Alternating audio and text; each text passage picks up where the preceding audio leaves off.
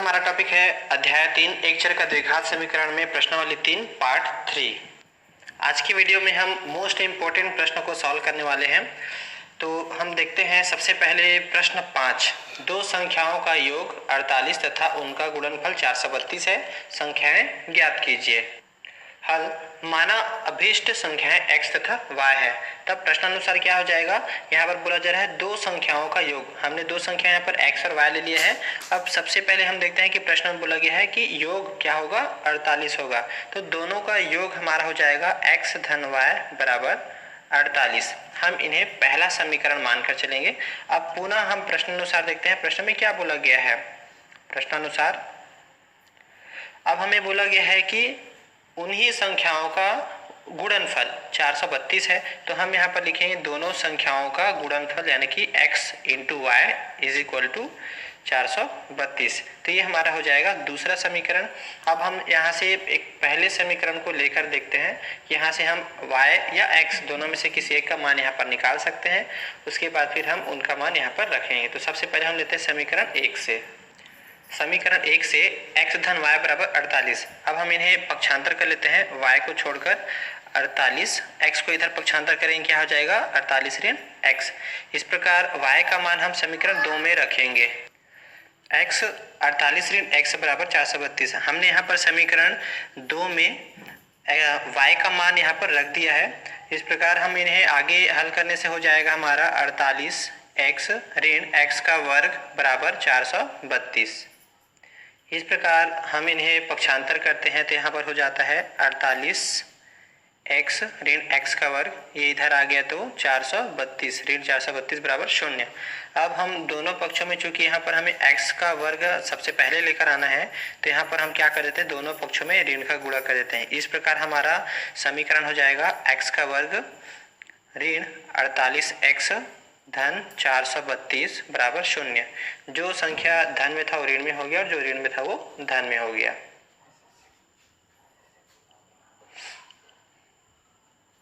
अब हम इन्हें मध्य पद को तोड़कर समीकरण को हल कर सकते हैं, या तो पूर्ण वर्ग विधि से भी बना सकते हैं, लेकिन हमारे लिए यहाँ पर आसान होगा मध्य पद को तोड़कर हल करना। इस प्रकार हम देख सकते हैं कि x के वर्ग का गुणांक 1 है और अचर हमारा 432 है। जब दोनों का हम गुणा करेंगे तो 432 ही आएगा।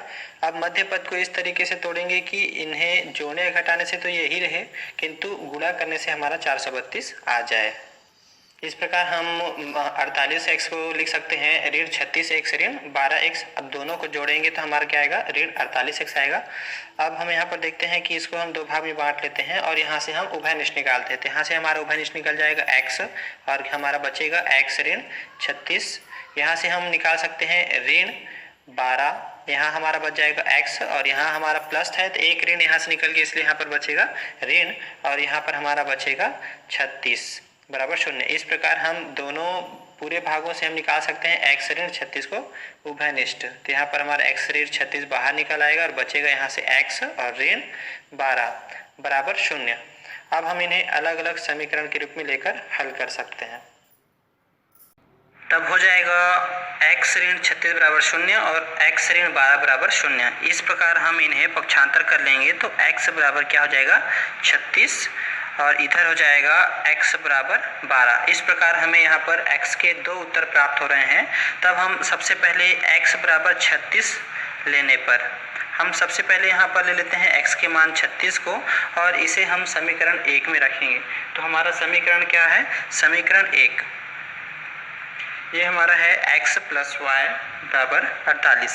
तो x बराबर 36 लेने पर हमारे y के मान क्या हो जाएंगे, तो इसके लिए हम x का मान यहाँ पर भरेंगे। तो यहाँ पर हो जाता है 36 धन y बराबर 48। इस प्रकार हमारा यहाँ पर हो जाएगा y बराबर 48 ऋण 36, इधर पक्षांतर हो जा रहा है इसलिए 48 ऋण 36। इस प्रकार हमारा बच जाएगा 8 से 6 गया तो 2 और 4 से 3 गया तो 1। तो y का मान हमारा क्या आया 12। ये हमारा क्या है x बराबर 36 लेने पर। अब हम यहाँ पर देखते हैं यदि हम x बराबर 12 लेते हैं तब क्या होता है। x बराबर 12 लेने पर तब हम समीकरण 1 में x का मान 12 रखेंगे। तो यहाँ पर हमारा x धन y बराबर 48 में हमारा x का मान जब 12 है तो यहाँ पर हम 12 रखेंगे धन y बराबर 48। इस प्रकार हम 12 को पक्षांतर करेंगे तो हमारा हो जाएगा 48 ऋण 12 और यहाँ पर हो जाएगा y का मान हमारा आ जा रहा है 6 और 3 36। तो इस प्रकार हमें क्या मिल रहा है y का मान 36। तो हमें यहाँ पर 4 आंसर मिले हैं। जब हम x का मान 36 ले रहे हैं तो उस स्थिति में हमारा y का मान क्या आ रहा है 12 आ रहा है और जब हम x का मान 12 ले रहे हैं तो उस स्थिति में हमारा y का मान 36। इसलिए संख्याएं हमें हो जाएगी हमारी 36 व 12। यही हमारा क्या है उत्तर। इसी के साथ एक और महत्वपूर्ण प्रश्न है हमारा प्रश्न 10। नीलमणि की 5 वर्ष पूर्व की आयु तथा 8 वर्ष पूर्व की आयु का गुणनफल 40 है। नीलमणि की वर्तमान आयु ज्ञात कीजिए। हम इसका हल देखते हैं, बहुत ही आसान है। हमें सबसे पहले ध्यान देना है कि जो चीज़ पूछा गया है, जैसे कि नीलमणि की वर्तमान आयु ज्ञात कीजिए, तो हमें आयु पूछा गया है, इसलिए हम यहाँ पर मानकर चलेंगे कि नीलमणि की वर्तमान आयु क्या है। माना नीलमणि की वर्तमान आयु x वर्ष है, तब 5 वर्ष पूर्व, तब बोला गया है नीलमणि की 5 वर्ष पूर्व की आयु क्या होगी। तो 5 वर्ष पहले उसकी आयु निश्चित ही 5 वर्ष कम रही होगी, इसलिए हम उसमें क्या करेंगे, इसकी वर्तमान आयु में 5 को घटा देंगे। इससे हमारा 5 वर्ष पूर्व की आयु निकल जाएगा। इस प्रकार 5 वर्ष पूर्व की आयु x ऋण 5 और उसी तरह 8 वर्ष पूर्व की आयु हम यहाँ से ले लेंगे। 8 वर्ष पूर्व की आयु x ऋण 8 वर्ष। अब हम देखते हैं प्रश्नानुसार क्या बोला गया है कि नीलमणि की 5 वर्ष पूर्व की आयु ये तथा 8 वर्ष पूर्व की आयु यानी कि ये का गुणनफल कितना है 40 है। तो हम यहाँ पर प्रश्नानुसार ले लेते हैं। प्रश्नानुसार हमें क्या बोला गया है, 8 वर्ष और 5 वर्ष पूर्व की आयु का गुणनफल। तो ये हमारा हो जाएगा x ऋण 5 और x ऋण 8 बराबर 40। दोनों का गुणनफल हमारा होता है 40।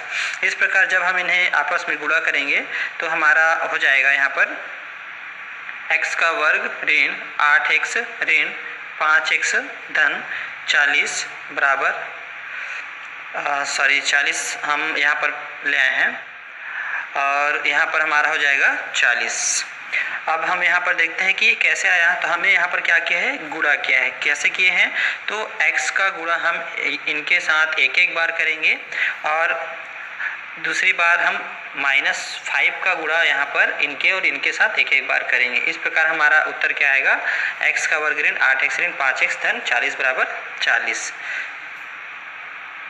इस प्रकार हो जाएगा x का वर्ग और ये ऋण 8 और ऋण 5 दोनों क्या हो जाएंगे और घट जाएंगे यानी कि जुड़ जाएगा। तो यहाँ पर हमारा हो जाएगा माइनस और माइनस है इसलिए माइनस आएगा। 8 और 5 क्या हो गया 13x और 40 को हम इधर क्या कर देते हैं, पक्षांतर कर देते हैं। तो यहाँ पर हमारा 40 पहले से था और ये 40 हम इधर पक्षांतर करके क्या हो जाएगा, धन से ऋण हो जाएगा। इस प्रकार यहाँ पर हमारा क्या हो जाता है, दोनों आपस में घटेगा तो ये हो जाएगा 0 और ये हमारे हो जाएंगे x का वर्ग ऋण 13x। इस प्रकार हम यहाँ देख सकते हैं दोनों में ही x क्या है दिया हुआ है, इसलिए यहाँ पर हम कॉमन ले सकते हैं उभयनिष्ठ यहाँ से x। तो यहाँ से एक x बाहर निकल गया तो यहाँ पर एक x बचेगा ऋण, यहाँ से एक x बाहर आ चुका है इसलिए हमारा क्या बच रहा है 13 बराबर 0। अब ये हमारा क्या हो गया, हमारा गुणनखंड हो गया है यहाँ पर। तो इस प्रकार हम देखते हैं इसको, अब हमारा समीकरण है तो हम इसको अलग अलग लेकर बना सकते हैं। जैसे कि x बराबर 0, एक का गुणनखंड हम 0 के बराबर लेंगे और दूसरे का भी हम क्या ले लेंगे 0 के बराबर ले लेंगे। इस प्रकार हम इन्हें दो भागों में बांट देंगे। अब हम इनका मूल आसानी से ज्ञात कर सकते हैं। x का मूल यहाँ पर निकल चुका है चूंकि x का मान 0 है।